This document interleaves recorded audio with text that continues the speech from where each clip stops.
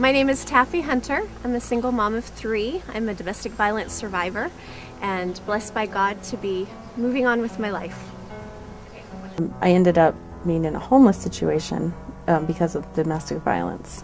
As I was moving my things to move in with my ex, we were in the heat of domestic violence, and it was progressively getting worse. The cycle was getting worse and worse.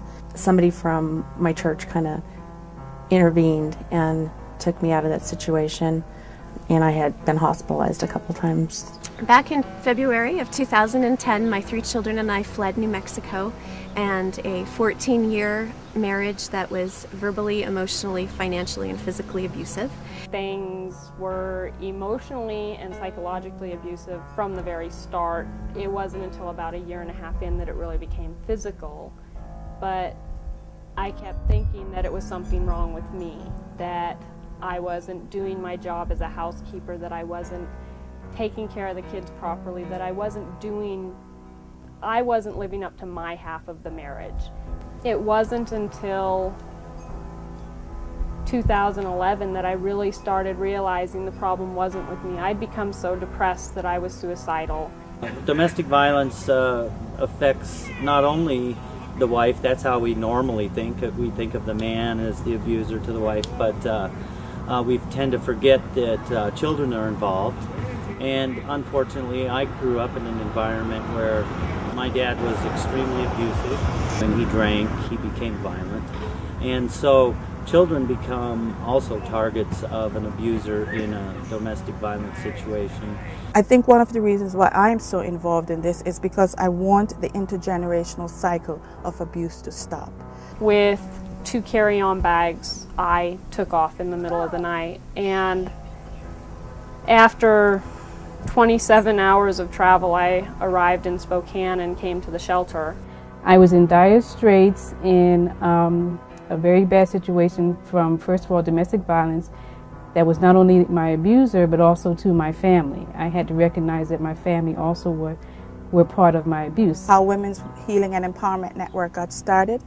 It got started because of a growing need to address the issue of domestic violence and sexual abuse from a Christian perspective. Many years ago, I was working at a secular shelter. I was the administrator there, the executive director, and I started sheltering many Christian women, and God just impressed me that I needed to start a ministry where individuals can understand that God loves them and He does not want them to be in an abusive relationship. And so the network grew out of a need to address this issue from a Christian perspective. It was about in 1995 that I first became aware that Dr. Mabel Dunbar was doing some work on domestic violence in the home. And I was very interested in the subject because I'm a pastor's wife, and at least 2 times before that time, 2 women had come to me with severe domestic violence going on in their homes. And these were people that sat on the front row in church, and it seemed like everything was normal. And when I read this article, I felt like jumping up and down, because this made me happy to see someone willing to finally come forward and make the church, the Christian world, aware that this is a serious problem. We do know after research that the incidence of domestic violence in the world is the same as in the church. The statistics are the same. We also know that the abuse among men is on the increase. My experience with the We Network started when I read Mabel Dunbar's book about domestic violence in the church, and it really impacted me because I feel like it's really important that people understand that it's not something that is found just outside of the church, but it's a problem everywhere.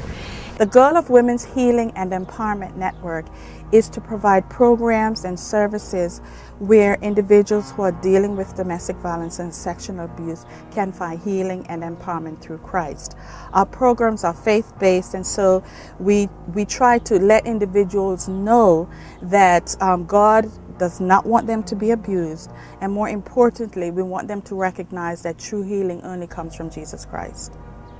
I think the We Network is really focused on the people. I think it's really focused on education, and it's just very personable. I think that Mabel has set up a network that really inspires women and families to be as healthy as possible within the church. Well, first of all, since I've been here for 7 months, let me say, I came here in December, it is now July. So I've been here for 7 months, and I have to say, this program has allowed me to give me stability. I have not had to put out any type of expense in terms of housing, food, in terms of anything at all. So that relieved a whole gamut of problems that I was suffering from, which was housing. And so once I came here to Women's Healing and Empowerment Network, it allowed me to become focused in terms of my future, putting my future together. I was surprised because all of the research that I'd done on shelter programs, it was a limited amount of time. You could stay there maybe 30 days, or you're sharing a room with 3 or 4 other women and their children, and there's no privacy, and there's no counseling. You have to arrange for that separately, and I certainly didn't have the money for that. And what was great about this program was we did 2 months of 20 hours a week of counseling. As I look towards the future, my goals are, I am completely starting my life over right now, and I'm very fortunate that this program has allowed me to, stay past the 2 months, and there's such great resources in this town, so I had to reach out to a lot of resources that I wouldn't have reached out to if I was back in my situation in California. I was getting my education, dealing with some legal problems, health problems, and all those things. I was able to start putting everything together. I'm now in the community college, getting scholarships and moving forward with my education, moving forward with my medical conditions in terms of health, because the state of Washington has allowed me to be on disability, which was unheard of in any other state. It's just been a whole gamut of positive things since I've been in the program. I'd always wanted to go to college. So a month after I got to the States, I took my GED. A couple months later, I took my SAT. And a month or 2 after that, I was accepted into college. I was accepted into the college family housing, and I was able to move on. And the shelter, without the shelter and without the counseling program that Mabel provides through the Women's Healing and Empowerment Network, I would not be where I am. I would probably be homeless right now, still dealing with all of the emotional issues. Abuse does not stop at any culture, it doesn't stop at any religion, at any socioeconomic background. Any one of us can deal with it at any time.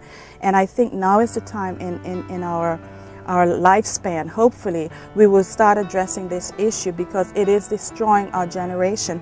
And there's a quotation that talks about how the enemy has an agenda, and his agenda is to destroy children, because children grow up to be hurting individuals, and they pass on this affliction to the next generation. God cares. He cares, and He's there, and He will carry you. He will hold you in those moments in the middle of the night when you feel like your life is ending. He will wrap His arms around you. He will fix your life. Your life is not over. It's not ended. There is hope. Hope sometimes can hold us captive, and that's why we stay in these relationships for so long. But He has a plan, and He promises that in His Word, that He has a plan for you. So hold on to that and reach out to Him, and reach out to the network, and to the support that you can find that He offers you.